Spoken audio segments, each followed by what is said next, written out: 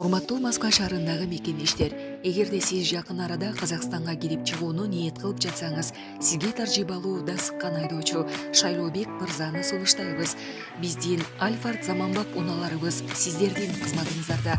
Узак жолдо сиздер үчүн ыңгайлуу жана кенен алдын ала документти кара тизмеден текшеребиз. Мөөнөтү өтүп кеткен документтерге жардам беребиз. Без пересадкасыз өзүбүз түз алып кирип чыгабыз. Биздин дарек метро проспект Мира 39А. Биздин байланыш номер +79 87 772 47 54. Бүгүн 25 майда өлкөдөгү мектептерде акыркы коңгуроо салтанаты өтүп жатат. Республика боюнча жалпы 2333 мектеп бар. Анда 1 миллион 400 миңден ашык окуучу билим алып келет. Супер KG порталы мектептердеги акыркы коңгуроо иш-чараларынан фоторепортаж даярдады. Белгилей кетсек, республиканын менчигинин түрүнө карабастан, жалпы билим берүү уюмдарында салтанаттуу иш-чараларды өткөрүүгө, мыйзамсыз түрдө акча жана башка чогултууларды жыйноого, ошондой эле бүтүрүүчүлөр жана алардын ата-энелеринин катышуусунда акыркы коңгуроо салтанатынан сырткары иш-чараларды уюштурууга тыюу салынган. Булак Супер KG. Алмазбек Атамбаевдин Кыргызстанга качан кайтып келери айтылды. Мурдагы президент Алмазбек Атамбаев жакын арада Кыргызстанга кайтып келет. Бул тууралуу Жогорку Кеңештин 6-чакырылыштын депутаты Рыскелди Момбеков Супер KG порталынын галстуктар долбоорунда билдирди. Учурда анализдерин тапшырып жатат. Кандай жаңы ооруларга чалдыкканы, илдети кандай өөрчүгөнү тууралуу дегендей. Менин билишимче, анын визасы августка чейин узартылган. Август айына чейин дарыланам деп жатат. Бирок менимче ага чейин эле жакын арада келсе керек. Ага чейин дагы телефон аркылуу байланышып турабыз да, дейди Момбеков. Маекти толугу менен Супер KG порталынын YouTube каналынан көрө аласыз. Эске салсак, 14 февралда Алмазбек Атамбаев ага карата козголгон Батукаев иши боюнча Жогорку сот тарабынан кыскартылып эркиндикке чыккан. Сот ошондой эле ага ден соолугуна байланыштуу чет жакка чыгууга уруксат бергени маалым болгон. Атамбаев анын эртеси эле дарылануу үчүн Испанияга Дубай аркылуу учуп кеткен. Булак Супер KG. Орусияда 100гө жакын мигрант кармалды. 23 май күнү кечине Москва облусунун Котельники шаарындагы полиция бөлүмүнө 100гө жакын тажикстандык мигрант жеткирилди. Күбөлөрдүн айтымында, эмгек мигранттары шаардагы тажикстандыктарга таандык кафелердеги рейдтердин жүрүшүндө кармалган. Ошол эле түнү 30га жакын мигрант депортацияланды. ОМОН кызматкерлери бизге орой мамиле кылып, кемсинтип, Украинага окоп казууга жөнөтө керек деген айтышты, деди кармалган мигранттардын бири. Ал учурда Котельники шаарындагы тажик кафелеринин кардарлар жок экенин, бул окуядан кийин мигранттар көчөгө чыгуудан коркуп калышканын кошумчалады.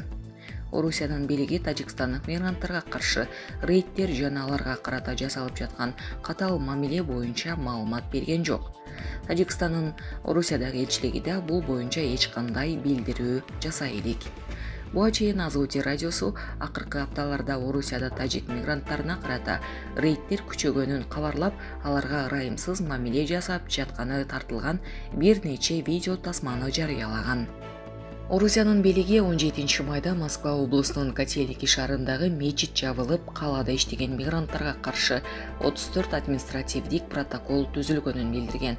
Буга мигранттардын ээн баштыгын токтотуу өтүнүчү менен жергиликтүү тургундардын президент Владимир Путинге жолдогон кайрылуусу себеп болгон. Алар шаарда тажик анклавы түзүлгөнүн жана жашоо кооптуу болуп калганын айтышкан.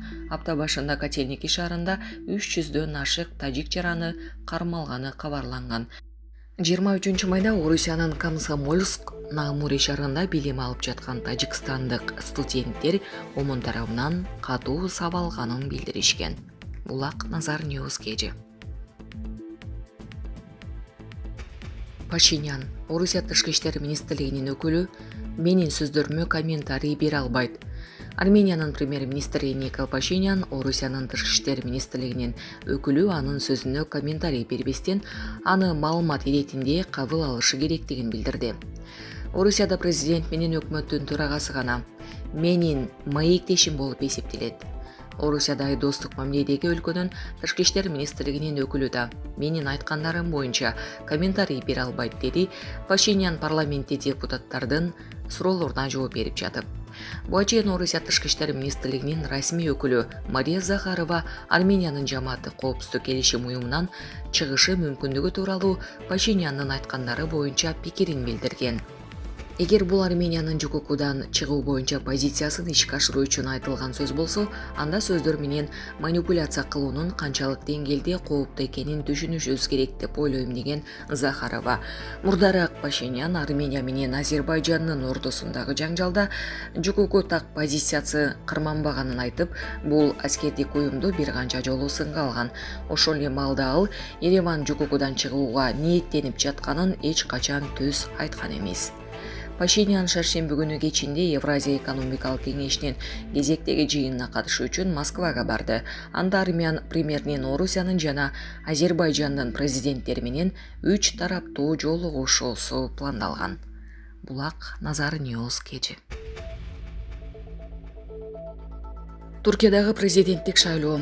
Кылычдароглу Эрдоганды сотко бергени айтылды. Турк оппозициясынан президенттикке талапкер Кемал Кылычдароглу атаандашы Режеп Тайып Эрдоганды сотко берди. Бул тууралуу Кылычдароглунун жактоочусу Жылал Челик Твиттер баракчасына жазып чыкты. Маалыматка ылайык, Кемал Кылычдароглу Режеп Тайып Эрдоганды анын видеосун тарап монтаждоого айыптоодо. Аталган видеодо өлкөдө тыюу салынган жана террордук уюм катары танылган Кurdistan жумушчу партиясынын лидерлери Кылычдароглуну колдоого алышканы айтылат. Талапкерлердин жактоочусунун айтымында бул монтаждалып жасалган видео. Ал өз постунда Кылычдароглуну талапкер эмес, Туркиянын 13-чү президенти деп атап, доонун суммасы $50.000 түзөрүн билдирген.